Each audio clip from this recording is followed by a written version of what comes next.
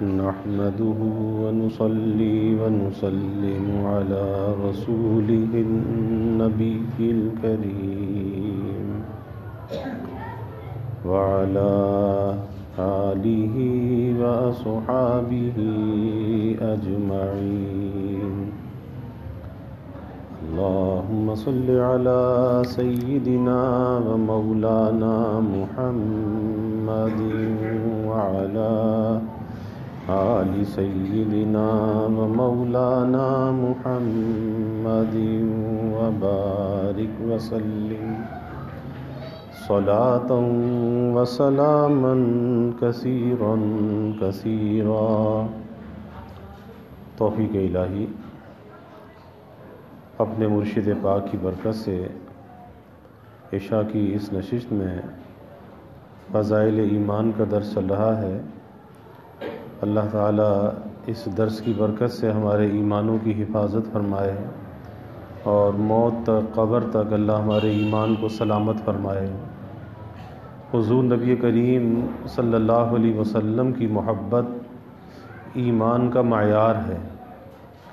اس پر بات چل رہی ہے کہ صحابہ کو حضور صلی اللہ علیہ وسلم کے ساتھ کیسی محبت تھی، کیا تعلق تھا. حضرت انس رضی اللہ تعالیٰ عنہ روایت کرتے ہیں کہ ایک دیہاتی پیغمبر خدا صلی اللہ علیہ وسلم کی خدمت میں حاضر ہوا اور اس نے عرض کیا کہ یا رسول اللہ صلی اللہ علیہ وسلم قیامت کب ہوگی. تھا بھی دیہات کا رہنے والا اور آ کر یہ سوال کرتا ہے کہ یا رسول اللہ صلی اللہ علیہ وسلم قیامت کب ہوگی. آپ نے فرمایا کہ تو نے اس کے لیے کیا سامان کر رکھا ہے. قیامت کے بارے میں پوچھ تو رہا ہے لیکن کیا سامان کر رکھا ہے جو اس کے آنے کا تجھے شوق ہے، قیامت کے آنے کا. اس نے عرض کیا کہ میں نے اس کے لیے کچھ بہت نماز روزے کا سامان تو نہیں کیا، مگر اتنی بات ہے کہ اللہ اور اس کے رسول سے محبت رکھتا ہوں. یعنی کوئی نفلی اعمال، نفلی نمازیں، نفلی روزے، اس کا تو کوئی بہت زیادہ ذخیرہ میرے پاس نہیں ہے، لیکن ایک بات ہے کہ مجھے اللہ اور اس کے رسول سے محبت ہے. رسول اللہ صلی اللہ علیہ وسلم نے اس سے فرمایا کہ قیامت میں ہر شخص اسی کے ساتھ ہوگا جس سے وہ محبت رکھتا ہوگا، جس سے محبت رکھتا ہوگا اسی کے ساتھ ہوگا. سو تجھ کو میرا یعنی رسول اللہ صلی اللہ علیہ وسلم کا ساتھ نصیب ہوگا، اور جب رسول اللہ صلی اللہ علیہ وسلم کا ساتھ نصیب ہوگا تو پھر اللہ تعالیٰ کا ساتھ بھی ہوگا. جیسے حضور کا ساتھ مل جائے اسے اللہ کا بھی ساتھ حاصل ہے، اور جو حضور کے ساتھ سے معیت سے محروم ہو جائے تو پھر اسے اللہ کی معیت کہاں حاصل ہو سکتی ہے. اس پر حضرت انس رضی اللہ تعالیٰ عنہ فرماتے ہیں کہ میں نے مسلمانوں میں اسلام لانے کے بعد کسی بات پر اتنی خوشی نہیں دیکھی یا اتنا خوش ہوتا ہوا نہیں دیکھا جتنا اس بات پر خوش ہوئے کہ آپ نے فرمایا کہ جو جس سے محبت رکھے گا وہ اسی کے ساتھ ہوگا. اور صحابہ کی محبت کا معیار کیا تھا؟ حضور صلی اللہ علیہ وسلم، ان کا اٹھنا جاگنا، سونا جاگنا، اٹھنا بیٹھنا، نشست و برخاست، میل ملاقات بغیر ذکر رسول کے نہیں ہوتی تھی. یعنی آپ کی محبت ایسی رگ و پے میں، ریشے ریشے میں سرائیت کی ہوئی تھی کہ ہر موقع پر انہیں ایک ہی بات کا فکر ہوتا تھا کہ ہمارے محبوب کی تعلیم کیا ہے اور اس کا اتباع کیسے کیا جائے.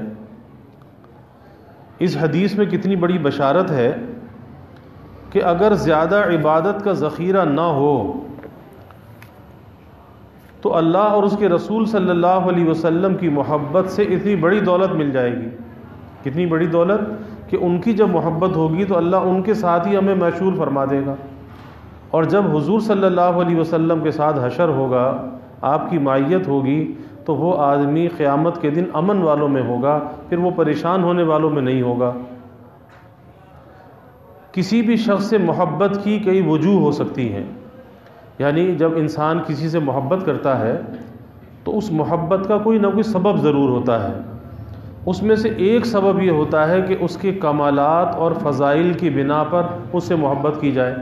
کہ بہت بڑا کوئی صاحب کمال ہے، کوئی بڑی فضیلت والا انسان ہے کہ اس وجہ سے اس سے محبت کی جائے، اور دوسرا یہ ہے کہ اس کے حسن و جمال کی بنا پر کہ بہت خوبصورت، بہت حسین، تو اس کے حسن و جمال کی بنا پر اس سے محبت کی جائے، اور تیسرا یہ کہ اس کے احسانات و عنایات کی بنا پر کہ اس کے ہم پر کوئی احسان ہے، اب اس احسان کی وجہ سے اس سے محبت کی جائے کہ ہمارا وہ محسن ہے اور محسن سے محبت کی جاتی ہے۔ اگر کمالات اور فضائل پر نظر کرتے ہیں، پہلی چیز کیا ہے؟ کمال، تو کمالات اور فضائل پر نظر کرتے ہیں تو رحمت کائنات سرور دو عالم صلی اللہ علیہ وسلم کی ذات بابرکات ہی ان کا منبع و مخزن ہے کہ تمام کمالات اللہ کے بعد اگر کسی ہستی میں جمع ہے تو وہ رسول اللہ صلی اللہ علیہ وسلم کی ذات گرامی ہے۔ اسی لیے کہا لا یمکن الثناء کما کان حقہ، بعد از خدا بزرگ تو ہی قصہ مختصر، کہ آپ صلی اللہ علیہ وسلم کی جو ثنا ہے، تعریف ہے، اس کا ہم حق ادا نہیں کر سکتے، کتنی بھی تعریف کرتے چلے جائیں، لیکن ہماری تعریف پھر ناقص ہوگی، آپ کی صفات، آپ کے کمالات پھر کامل ہوں گے اور ہماری تعریف پھر ناقص ہوگی۔ کس وجہ سے؟ کہ ہم ناقص ہیں، اور جب ہم آپ کی تعریف کریں گے تو ہماری تعریف بھی ناقص ہوگی، ہم آپ کے کمالات کو کما حقہ بیان نہیں کر سکتے۔ تو لا یمکن الثناء کما کان حقہ، کہ ہم سے آپ کی تعریف کا حق ادا نہیں ہو سکتا۔ بس آپ کی تعریف کو اگر مختصر الفاظ میں کوئی بیان کرنا چاہے تو یہی ہے بعد از خدا بزرگ تو ہی قصہ مختصر، کہ اللہ کے بعد اگر کوئی بزرگ ہستی ہے تو وہ حضور صلی اللہ علیہ وسلم کی ذات گرامی ہے، بس یہ مختصر سی آپ کی تعریف ہے۔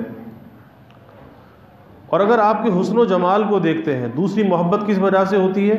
ایک تو ہوتی ہے کمالات کی وجہ سے، اور ایک ہوتی ہے حسن و جمال کی وجہ سے، تو اس میں بھی آپ صلی اللہ علیہ وسلم کی ذات اقدس کا کوئی ثانی نہیں ہے۔ اس لیے آپ نے فرمایا کہ میرے بھائی یوسف علیہ السلام، کیونکہ حسن یوسف مشہور ہے، تو یوسف علیہ السلام میں صباحت زیادہ تھی اور میرے اندر ملاحت زیادہ ہے۔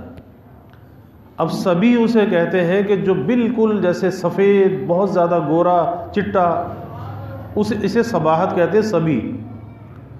اور ملاحت اسے کہتے ہیں کہ جس کے اندر جاذبیت اور کشش زیادہ ہو۔ ملی جو ہے نا، مل نمک کو کہتے ہیں، یعنی نمکینی تھوڑی سی، اور اس کے اندر ملاحت، جاذبیت اور کشش، کیونکہ بعض ایسی سفیدی ہوتی ہے یا رنگ اتنا گورا چٹا ہوتا ہے کہ زیادہ اس کو دیکھ کر بھی انسان کی طبیعت بھر جاتی ہے، لیکن ملاحت ایسی چیز ہے کہ اس سے کبھی انسان کی طبیعت بھرتی نہیں ہے، جتنا دیکھتے چلے جاؤ اتنی کشش بڑھتی چلی جاتی ہے۔ تو حضرت عائشہ صدیقہ رضی اللہ عنہا نے کیا کہا لواحی زلیخا لو رأینا جبینہ لأثرن بالقطع القلوب علی الید، کہ یوسف علیہ السلام کو جب زلیخا نے گناہ کی دعوت دی اور پھر وہ بدنام بھی ہوئی، تو اس نے ان عورتوں پر جو اس پر اعتراض کر رہی تھی کہ یہ تو زلیخا تو بادشاہ کی بیوی تھی، تو اس نے یہ کیا حرکت کی،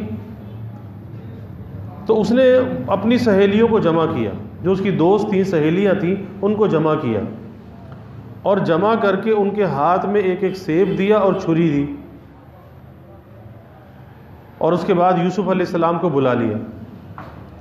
جب انہوں نے یوسف علیہ السلام کا حسن دیکھا تو اس حسن دیکھنے میں ایسی دم بخود ہوئی کہ انہیں پتہ ہی نہ چلا، انہوں نے بجائے سیب کاٹنے کے اپنی انگلیوں کو کاٹ لیا۔ کیا قرآن میں قلنا حاش قطعن ایدیہن، اور یہ بھی نا ما ھذا بشرا ان ھذا الا ملک کریم، کہ یہ تو کوئی فرشتہ ہے۔ وہ عورتیں کہنے لگی کہ یہ کوئی انسان نہیں، یہ تو کوئی فرشتہ ہے، اور ایسی دم بخود ہوئی کہ قطعن ایدیہن، انہوں نے اپنے ہاتھوں کو کاٹ لیا۔ تو حضرت عائشہ فرماتی ہیں کہ زلیخا کی وہ سہیلیاں جنہوں نے حضرت یوسف علیہ السلام کو دیکھ کر انگلیاں کاٹ لی تھیں، اگر میرے محبوب کو دیکھ لیتی تو انگلیوں کی بجائے اپنے دل کاٹ لیتی۔ میرے محبوب کا حسن ایسا تھا۔ یہی وجہ ہے، واقعات میں آتا ہے کہ ایک مرتبہ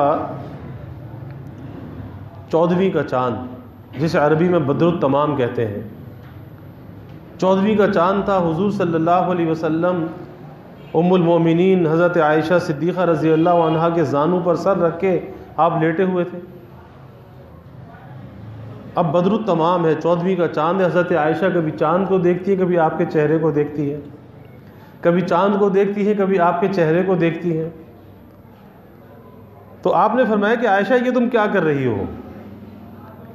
تو ام المومنین فرماتی ہے کہ یا رسول اللہ صلی اللہ علیہ وسلم، میں کبھی چاند کو دیکھتی ہوں، کبھی آپ کے چہرے کو دیکھتی ہوں، پھر چاند کو دیکھتی ہوں، پھر آپ کے چہرے کو دیکھتی ہوں۔ آپ کا چہرہ انور چاند سے بھی زیادہ حسین ہے، آپ کا چہرہ انور چاند سے بھی زیادہ حسین ہے۔ تو کسی شاعر نے کہا کہ چاند سے تشبیہ دینا بھی کوئی انصاف ہے؟ چاند سے تشبیہ دینا یہ بھی کوئی انصاف ہے؟ چاند میں ہے جھائیاں، حضور کا چہرہ صاف ہے۔ پھر اسی طرح سے تیسرا سبب جو محبت کا ہے، پہلا سبب کیا ہے؟ کسی کے کمال کی وجہ سے محبت ہو، دوسرا سبب ہے حسن و جمال کی وجہ سے محبت ہو، اور تیسرا سبب یہ ہے کہ اس کے احسانات اور عنایات کی وجہ سے محبت ہو۔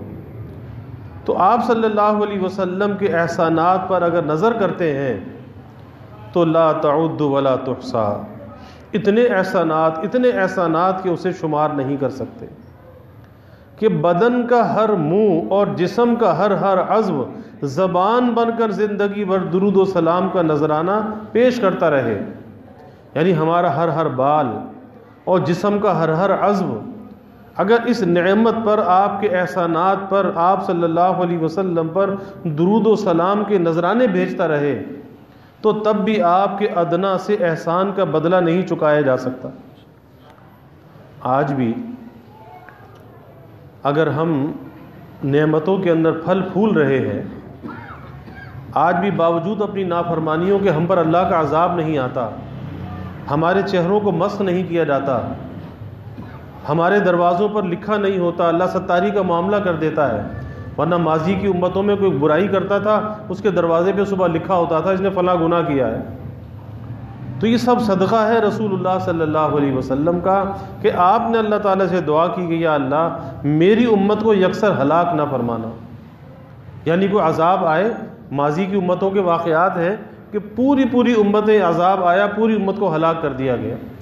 لوط علیہ السلام کی قوم، ہود علیہ السلام کی قوم، صالح علیہ السلام کی قوم، نوح علیہ السلام کی قوم، کیسا عذاب آیا۔ تو آپ نے دعا کی کہ یا اللہ میری امت کو یکسر ہلاک نہ فرمانا۔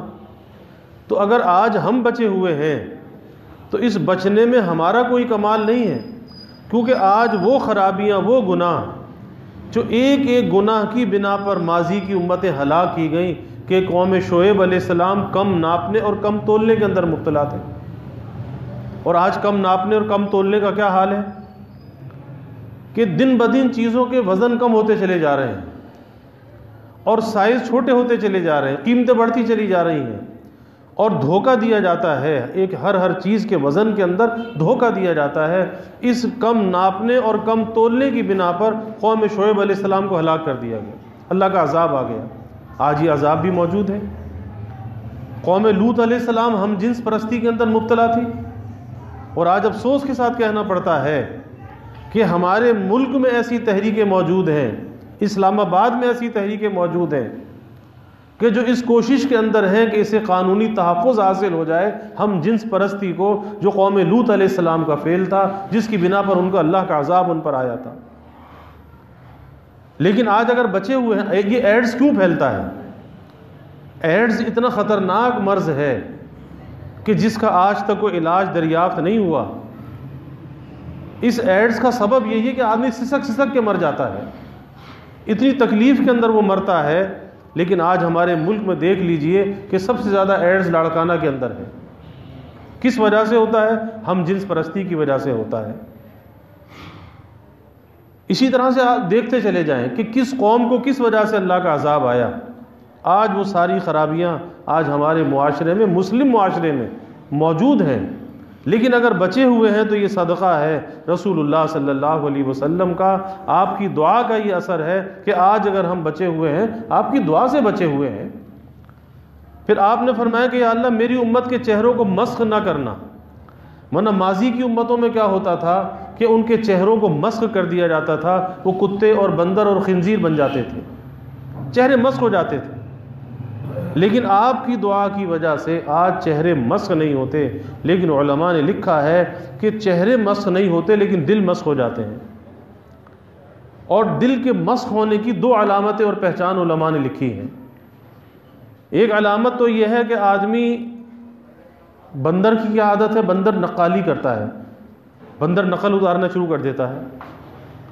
ایک واقعہ آتا ہے کہ ایک نائی کا استرا بندر اٹھا کے بھاگ گیا اور درخت پہ جا کے بیٹھ گیا. اب نائی پریشان کہ استرا اس سے کیسے لیا جائے، تو نائی نے یہ کیا کہ دوسرا استرا اٹھایا اور الٹی طرف سے اپنی ناک پہ پھیرنا شروع کر دیا. تو بندر تو چونکہ نقالی کرتا ہے، تو بندر نے یہ کیا کہ وہ استرا جو اس کے ہاتھ میں تھا اس نے لے کے سیدھی طرف سے اپنی ناک پہ پھیرنا شروع کیا، اس کی ناک کٹی تو اس طرح پھینک دیا. تو یہ جو نقالی ہے آج، جو یہ غیروں کی جو نقالی ہے، یہ کس وجہ سے ہے؟ یہ بندر کی جو تشبہ ہے. چہرہ تو مس نہیں ہوا لیکن دل مس ہو گیا کہ بندر والی عادت اندر پیدا ہو گئی، اب وہ غیروں کی نقالی کو اختیار کیے ہوئے ہیں. ان جیسا چہرہ، مورا، گانا، باجا، ناچ، موسیقی، زندگی کے وہ طور انداز، سب وہ چیزیں آ گئیں. اور دوسرے فرمایا کہ خنزیر کے اندر بے حیائی ہے، بے حیائی. اب چہرہ تو مس نہیں ہوتا لیکن دل مس ہو جاتا ہے کہ آج شرم و حیا کا جنازہ نکل چکا ہے. آپ دیکھ لیں اس سوشل میڈیا نے کتنی تباہی پھیلائی ہے، کتنی بربادی پھیلائی ہے کہ بیٹی برائی کرے، ناجائز تعلقات میں مبتلا ہو، باپ کو معلوم ہو باپ کے ماتھے پہ شکن بھی نہ آئے، بھائی کو معلوم ہو بھائی کے ماتھے پہ شکن نہ آئے، اور یہ سمجھا کہ شاید یہ معاشرہ کوئی مادر پدر آزاد معاشرہ ہے. ارے بھائی ہمارے پیروں میں بیڑیاں پڑی ہوئی ہیں دین اور اسلام کی، اسلامی تعلیمات کی، ہم کیسے آزاد ہو سکتے ہیں؟ ہمارے گلے میں غلامی کا طوق پڑا ہوا ہے، ہم کیسے آزاد ہو سکتے ہیں؟ لیکن بے حیائی بڑھتی چلی جا رہی ہے، اور یہ بے حیائی کا بڑھ جانا علامت اس بات کی ہے کہ چہرہ تو مس نہیں ہوا لیکن دل اندر سے مس ہو گیا کہ حیا کا جنازہ نکل گیا، کہ جس بات پر انسان کو غصہ آنا چاہیے اس پہ بھی غصہ نہیں آتا. اسی لیے امام غزالی رحمۃ اللہ علیہ نے لکھا ہے کہ جس امام شافعی رحمۃ اللہ علیہ نے فرماتے ہیں کہ جو غصے کی بات ہو، جس پر انسان کو غصہ آنا چاہیے، اور غصہ کس بات پر آنا چاہیے؟ کہ جہاں دین کا تمسخر اڑایا جائے، دین کا استہزاء ہو، دین کے بارے میں استخفاف اور ہلکا پن ہو، تو انسان کو غصہ آنا چاہیے. اب ہوتا کیا ہے کہ بیٹا کوئی دنیا کا نقصان کر دے تو غصہ آتا ہے کہ ایسا کیوں کیا. اور اگر بیٹا نماز نہ پڑھے باپ کو غصہ نہیں آتا، گھر میں بیوی نماز نہ پڑھے تو شوہر کو غصہ نہیں آتا. تو جس جگہ غصہ نہیں آتا وہاں پہ نہیں کرنا چاہیے، وہاں تو غصہ کرتے ہیں، اور جہاں غصہ کرنا چاہیے وہاں پہ غصہ نہیں کرتے. تو امام شافعی رحمۃ اللہ علیہ نے فرمایا کہ جو غصے کے موقع پر غصہ نہ کرے، جہاں پہ دین کا مذاق اڑایا جائے یا دین کے حکم کو پامال کیا جائے، یہ آدمی گدھا ہے. یعنی ایک ایسا انسان ہے کہ جہاں غصہ کرنا چاہیے غصہ ہی نہیں کرتا. تو اس لیے یہاں فرماتے ہیں کہ حضور صلی اللہ علیہ وسلم کے جو احسانات ہیں وہ لا تعد ولا تحصى، جس کو شمار نہیں کر سکتے، کہ ہمارے بدن کا رواں رواں، بال بال اور ہر عضو اگر زندگی بھر درود و سلام کے نذرانے پیش کرتا رہے، تب بھی آپ صلی اللہ علیہ وسلم کے ادنا سے احسان کا ہم بدلہ ادا نہیں کر سکتے. آپ کی ایک دعا کا، آپ کی ایک نظر کا، آپ کی امت کے ساتھ شفقت کا کسی کا ایک ذرہ برابر حق ادا نہیں کر سکتے. مفتی اعظم پاکستان حضرت مفتی محمد شفیع صاحب قدس اللہ سرہ نے کیا خوب ارشاد فرمایا. 2 حضرت کے اشعار ہیں، فرماتے ہیں کہ ہر موئے بدن بھی جو زباں بن کے کرے شکر، یعنی ہمارے بال ہیں نا، منہ بدن، جسم کے جو بال ہیں، اب کتنے بال ہیں پورے جسم پہ؟ تو ہر منہ بدن بھی جو زباں بن کے کرے شکر، کم ہے بخدا ان کی عنایات سے کم ہے، کم ہے بخدا ان کی عنایات سے کم ہے۔ کیونکہ کتنا ہم شکر کریں گے، پھر ان کی عنایت زیادہ ہے، پھر ہمارا شکر ناقص ہے، کم درجے کا ہے۔ تو ہر منہ بدن بھی جو زباں بن کے کرے شکر، کم ہے بخدا ان کی عنایات سے کم ہے۔ اور پھر فرماتے رگ رگ میں محبت ہو رسول عربی کی، عجیب یہ شعر ہے، رگ رگ میں محبت ہو رسول عربی کی، جنت کے خزائن کی یہی بیع سلم ہے۔ بیع سلم کہتے ہیں پیشگی، جو سودا کیا جاتا ہے نا، پیشگی، ایڈوانس میں کوئی سودا آدمی کر لیتا ہے کہ جی میں یہ آپ کو یہ فلاں چیز ہے میں آپ کو بنا کے دوں گا تو اتنے پیسے کی ہوگی، پیشگی بیع سلم کہلاتی ہے۔ تو جنت کی اگر کوئی پیشگی بیع سلم کرنا چاہتا ہے، پیشگی کو جنت کو خریدنا چاہتا ہے، تو اس کا طریقہ کیا ہے؟ رگ رگ میں محبت ہو رسول عربی کی، جنت کے خزائن کی یہی بیع سلم ہے۔ یعنی اگر تم جنت کے خریدار ہو اور دنیا میں رہ کر جنت کی پیشگی بیع کرنا چاہتے ہو، پیشگی سودا کرنا چاہتے ہو، اس کا طریقہ یہی ہے کہ رگ رگ میں رسول اللہ صلی اللہ علیہ وسلم کی محبت، رسول عربی کی محبت اپنی رگ رگ میں رچا بسا لو۔ بس یہ جنت کی پیشگی جو ہے خریداری ہوگی کہ یہاں سے آنکھ بند ہوگی، اللہ ادھر جنت میں داخل کر دے گا۔ اللہ سچی محبت ہمیں عطا فرمائے۔ وآخر دعوانا الحمدللہ الحمد للہ رب العالمین والعاقبۃ للمتقین والصلاة والسلام علی اشرف الانبیاء والمرسلین اللہم صل علی سیدنا و مولانا محمد وعلی آل سیدنا و مولانا محمد وبارک وسلم۔ ربنا آتنا فی الدنیا حسنہ وفی الآخرۃ حسنہ وقنا عذاب النار۔ ربنا اتمم لنا نورنا واغفر لنا انك على كل شيء قدير۔ اللهم اعنا على ذكرك وشكرك وحسن عبادتك۔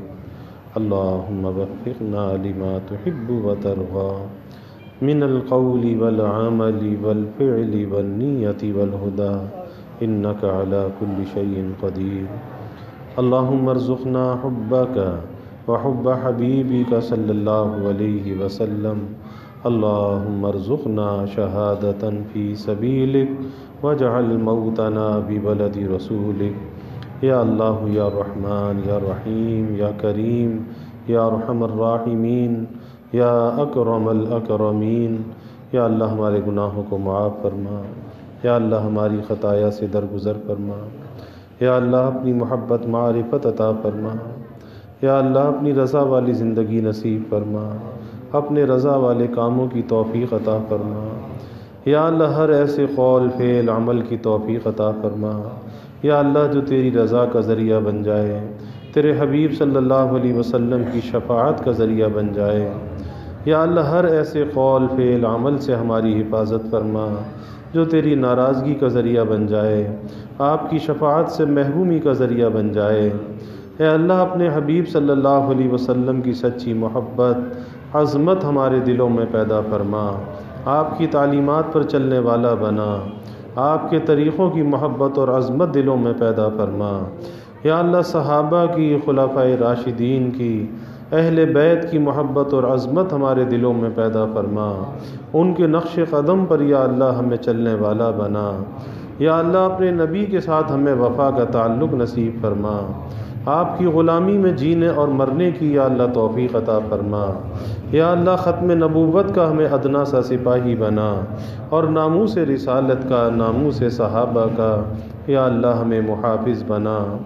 یا اللہ سب کے دلوں کے نیک ارادوں کو، تمناؤں کو از غیب پورا فرما، سب کی حاجات کو پورا فرما، سب کی پریشانیوں کو دور فرما، بیماریوں سے یا اللہ حفاظت فرما، ہر ناگہانی بلا اور مصیبت سے یا اللہ حفاظت فرما، زمینی آسمانی آفات سے یا اللہ حفاظت فرما، موذی امراض سے یا اللہ حفاظت فرما۔ یا اللہ سب کے علم میں، عمل میں، رزق میں خوب خیر و برکت فرما، ابواب رزق یا اللہ کشادہ فرما، رزق حلال عطا فرما، آسان عطا فرما، برکت والا عطا فرما۔ یا اللہ کبھی کسی کو مخلوق کا محتاج نہ بنا، ہمیشہ اپنے در کا سائل اور بھکاری بنا، اپنے در کا منگتا اور سوالی بنا۔ یا اللہ اپنے غیر سے ہماری امیدوں کو قطع فرما، اپنی ذات عالی کا یقین ہمارے دلوں میں پیدا فرما۔ یا اللہ ہر امید کو اپنی ذات سے وابستہ کرنے والا بنا۔ یا اللہ ایمان کی ترقی عطا فرما، اعضاء کی سلامتی عطا فرما، ہر محتاجی سے، معذوری سے ہماری حفاظت فرما۔ یا اللہ ہمارے ملک پر اپنی رحمتوں کا نزول فرما، اس ملک کو امن کا، سلامتی کا گہوارہ بنا، ہر قسم کی دہشت گردیوں سے، فرقہ واریت سے، مذہبی منافرت سے اس ملک کی حفاظت فرما۔ یا اللہ مہنگائی اور گرانی کے عذاب سے نجات عطا فرما۔ یا اللہ اس ابتلا سے، آزمائش سے، اس مشکل سے یا اللہ پوری قوم کو نجات عطا فرما، اس ملک میں رہنے والوں کو نجات عطا فرما، اس ملک کو نیک صالح حکمران عطا فرما، جو اس ملک کے ہمدرد ہوں، خیر خواہ ہوں۔ اے اللہ ایسے حکمران عطا فرما۔ اے اللہ جو چور ڈاکو لٹیرے مسلط ہیں، اے اللہ ان کے وجود سے اس ملک کو پاک فرما۔ یا اللہ جتنے بھی حاضرین ہیں، سامعین ہیں، سب کے گھروں میں چین، سکون، عافیت، راحت عطا فرما، نعمتوں کی فراوانی عطا فرما، آپس میں محبتیں، الفتیں پیدا فرما، نفرت کو، عداوت کو یا اللہ دور فرما، گھروں کے ماحول کو یا اللہ جنت نشاں بنا۔ یا اللہ سب کی اولادوں کو نیک صالح بنا، آنکھوں کی ٹھنڈک بنا، والدین کے لیے راحت کا ذریعہ بنا، صدقہ جاریہ بنا، والدین کو اولاد کی خوشیاں دیکھنا یا اللہ نصیب فرما۔ یا اللہ جو ہم نے مانگا وہ بھی عطا فرما، جو نہ مانگ سکے وہ بھی عطا فرما، ہمیشہ اپنے سے مانگنے والا بنا، ہمیشہ ہماری دعاؤں کو قبول فرما۔ ربنا تقبل منا انک انت السمیع العلیم وتب علینا انک انت التواب الرحیم وجزا اللہ عنا محمدا صلی اللہ علیہ وسلم ما هو اہلہ وصلی اللہ تعالی وسلم علی النبی الکریم آمین برحمتک۔